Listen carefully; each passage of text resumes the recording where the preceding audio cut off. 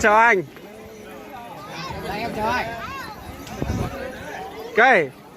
Nó xong à? Bonjour, chị Lâm. Bonjour. Đoàn hàng bánh đông lắm ấy.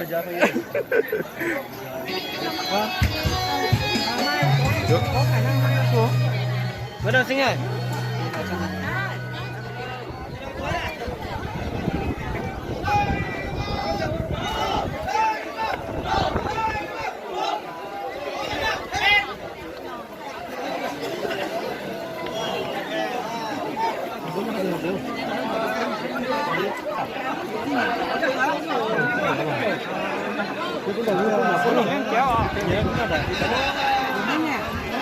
Bây giờ chú.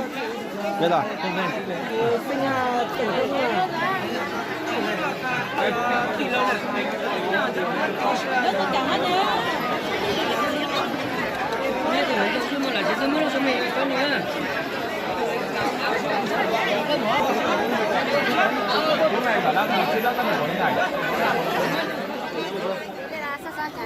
Con la rong thì la rong này sao thì sao ăn tôm một la rong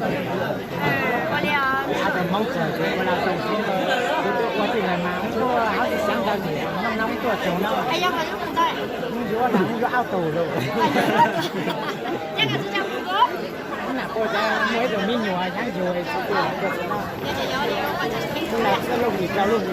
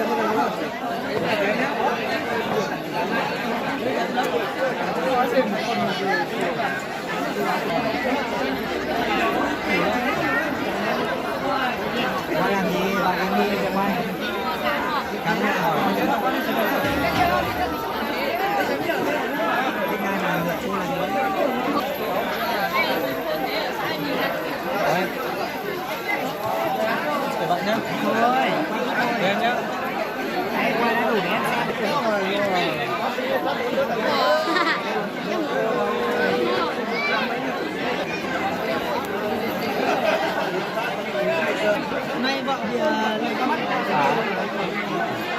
qua mình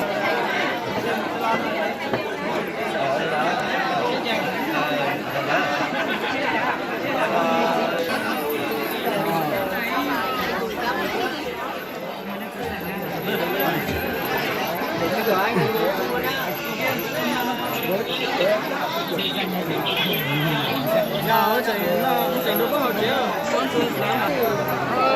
có dọc cái có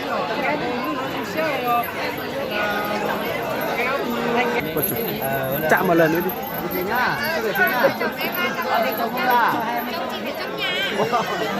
Quá một ngày quá một ngày cũng được à. Rồi.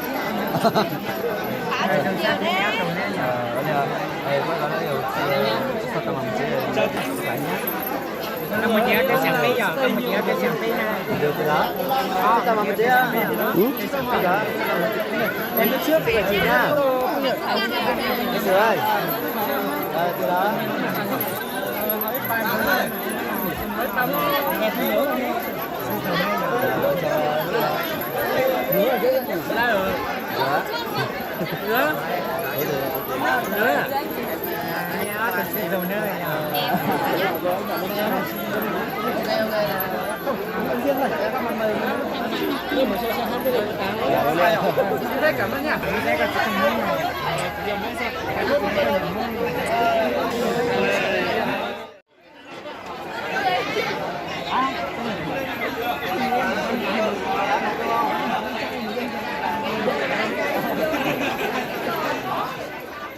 Cảm ơn nha.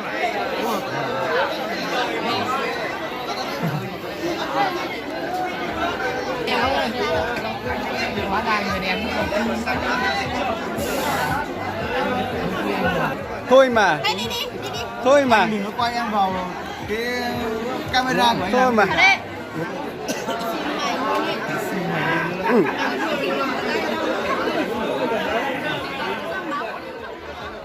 Mày quen thì tao đéo quen.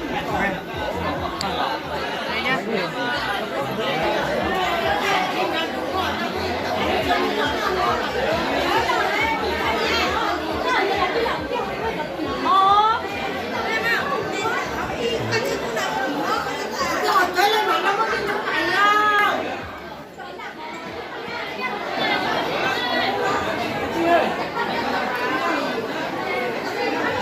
Mọi người xíu không? Đó.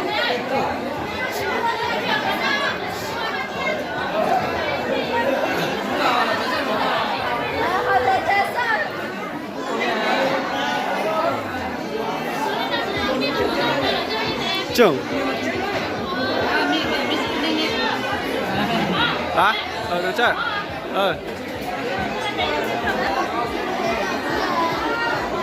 Quá rồi chứ tổ.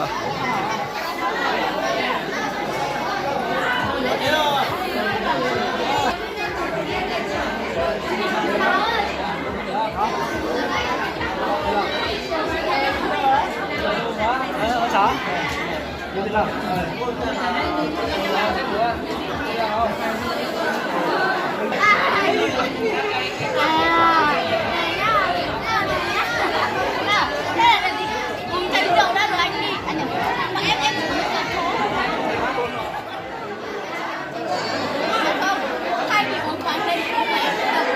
Trời ơi. Anh bảo tay đi. Anh cũng thêm báo. Em hỏi gì? Anh cũng họ Giàng. Hả? Anh em nhá.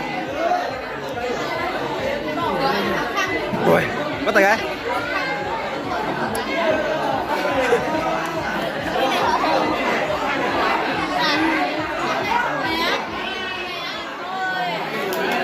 Họ chế à? Họ chế à? Họ chế à? Dạ.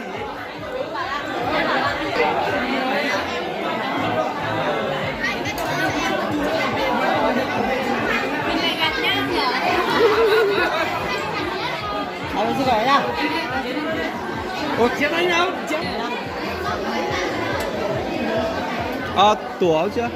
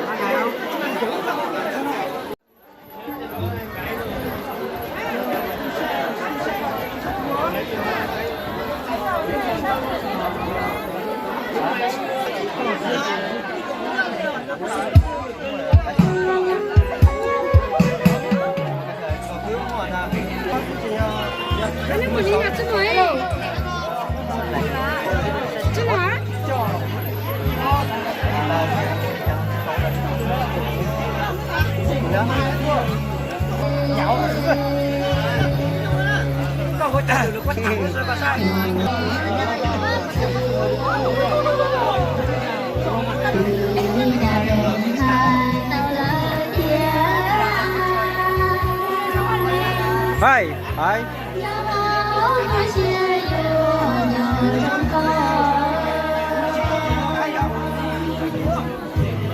mùa có yên lặng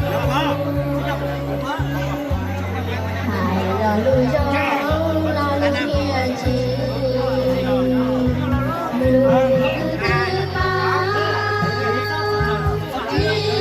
chỉ đó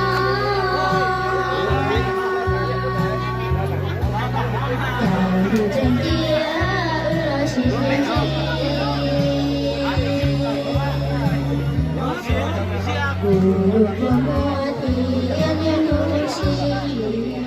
từ lần đầu đấy. Có một chị à? Từ.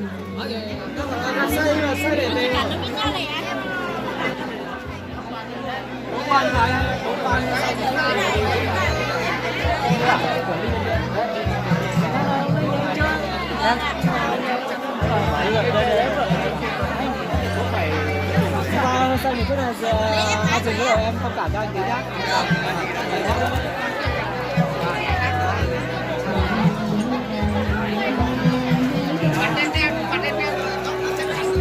Nhưng mà nó đi làm à? Đi em vào xem. Được à? Mà bây giờ làm tay đấy.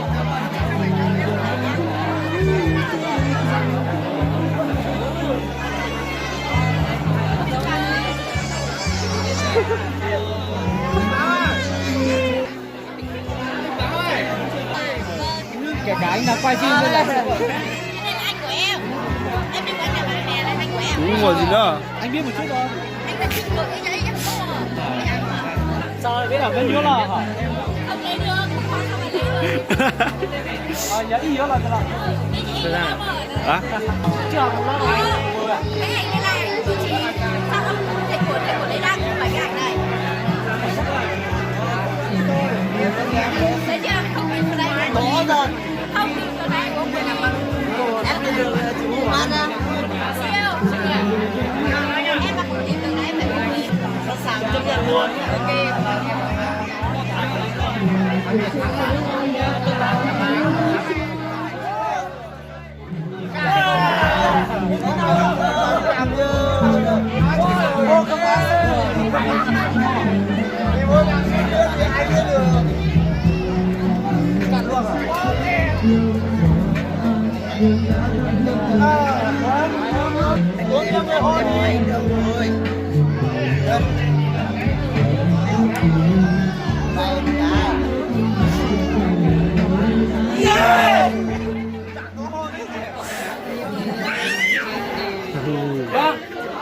Thế nào? Được chưa? Lúc này Được chưa? Được chưa? Nó. cái máy à?